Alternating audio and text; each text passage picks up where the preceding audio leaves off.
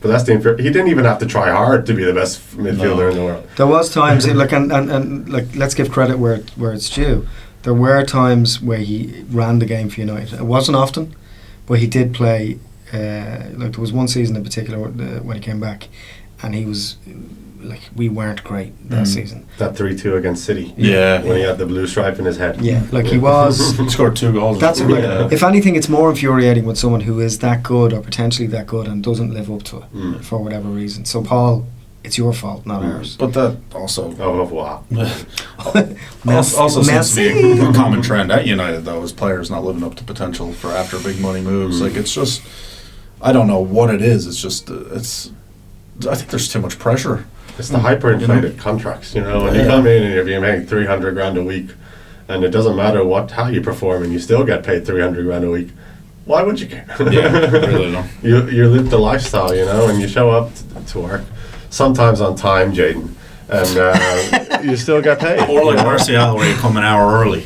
Yeah. And then you realise that you're way too early. Yeah. Martial mystifies me in the sense that, like, whatever about him ghosting around, he's like, an apparition that just appears around the pitch. But, like, how is he still at the club? He must be so liked. Like, he must be so liked by the other players. Or he has, like, a secret wasting away disease that nobody's... I mean, he went to Sevilla on loan, was it last year? Yeah. And he didn't really do anything there, so he came back, and then... Part of the course, though. It's a shortage in the squad, for one. Yeah. And then it's also the fact that we can't sell players. We can't seem to give them away for free. Like, because he's that is the only way we can get rid of them, is letting their contract run out and then moving them on. Because he's also on massive wages, and no one's going to pay that, And he's just in there. And even if they do go, United end up paying 60-70% of their wages. So it's like, what's really the point there? You know what I mean? You're saving 40% of someone's wage. For what? For what? Yeah. We saved a lot of money on the Ballon d'Or clause, though.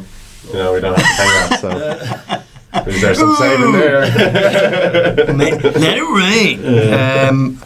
It's just again, he's an infuriating player in the sense that you want him to be good, and you hear these stories about him being in training. Like, he's the best player in training.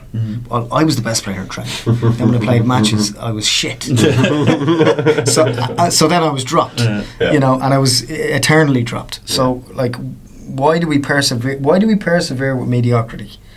Like, if all the top teams in the world, in every league, and we are a top 4 team in the biggest league in the world by last season standards, why are we persevering with mediocrity?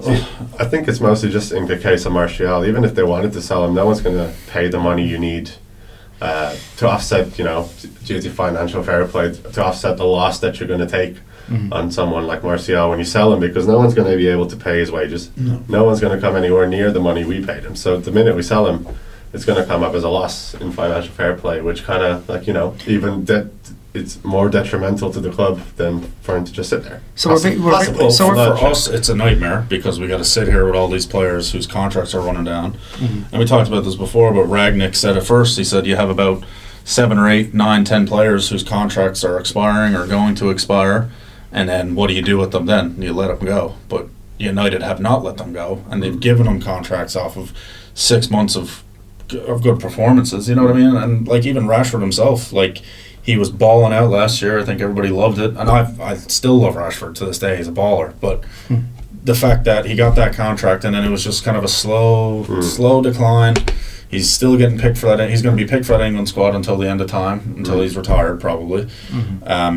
He's got nothing really left to prove for himself. Like, if he went to a Real Madrid or even a Liverpool or an Arsenal even, or a City, you know what I mean? Like, he could win every trophy in the world.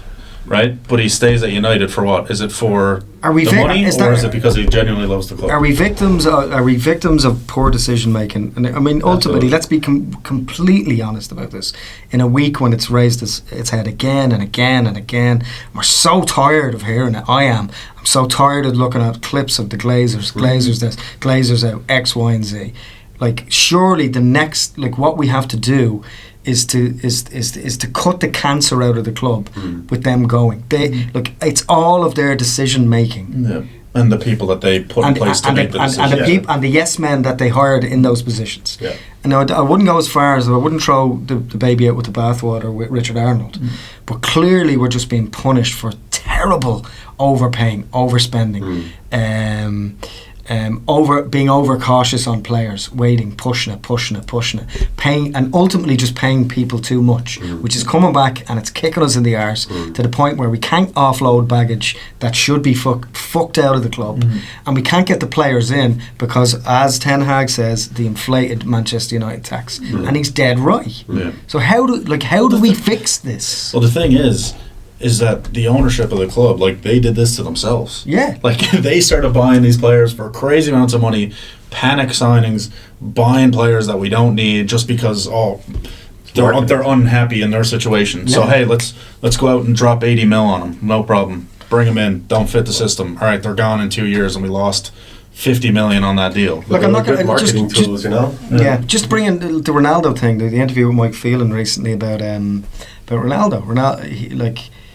He said that Ronaldo was, when he came back, he was more strong-willed, he was strong-minded, but his excellence, his dedication to excellence didn't change. Yeah. And he said, and he tried to raise the bar and people didn't know how to handle it. They didn't know what to do. So used to mediocrity. So that's when mediocrity. So that's why he Ronaldo started to down tools and lose the head and clash with other players, because Ronaldo knew Maguire wasn't good enough to be club captain. Yeah. He knew that we were carrying dead wood. He knew all of these things. Yeah. So in a different world, if we didn't have the Glazers and Ronaldo came back, not to say that he would be the saviour that we thought he was going to be, but we'd be in better shape. I feel. I get emotional even like looking at clips of, like, I saw one today of Ronaldo's first game back at United. The Newcastle game. Excited. It just he scored twice, and we thought we were winning the league. Maybe he was right. Look, the Ragnick, Ronaldo, Solskjaer, Van Gaal, like, independently of Manchester United, their records are exceptional. They're good coaches. Jose Mourinho. Well, Jose. He said it straight. Well, he'd clash with himself in a room with no windows. But I mean, you look at all these people and you have to separate it. And look, I know it's hard in the passage of time because it hasn't come yet. We have to kind of try and look at this retrospectively from the future and say, were all of these people terrible for Manchester United, or was Manchester United terrible for all these people? I think Manchester United is a terribly ran club, so anybody that goes there is going to struggle and they're going to fail. Like, I mean, last year was a great season. It was a great season for me anyway as a fan. Like, I enjoyed watching. I thought the football was exciting. Yeah. But we've started to become Moments FC from when Solskjaer was the manager, where we're throwing in the kitchen sink at the end of the match trying to steal a draw or steal a win. Like, that's not the way Manchester United Football Club should be playing. We're joking. Week in, week out. We don't have an identity. Yeah. We don't know how we play. Are we a pressing team? Are we like we're a depressing team? Yeah, we are a depressing team, yes. But how does it take so long to implement a style? Like, you watch Tottenham now with their new manager, and 3 games in and they've got a distinct style set up already. Well, what they do the other day, they were down 1-0, came back 2-1 last 10 minutes of the game. But you can clearly see a difference in how they play. It's been it's been a year now, the second season for Ten Hag, and you still don't have a system in place. Yeah. At some point, at what point do you start questioning the players? I think a lot of them have seen turnovers in managers. A lot of them have thrown managers in the bus.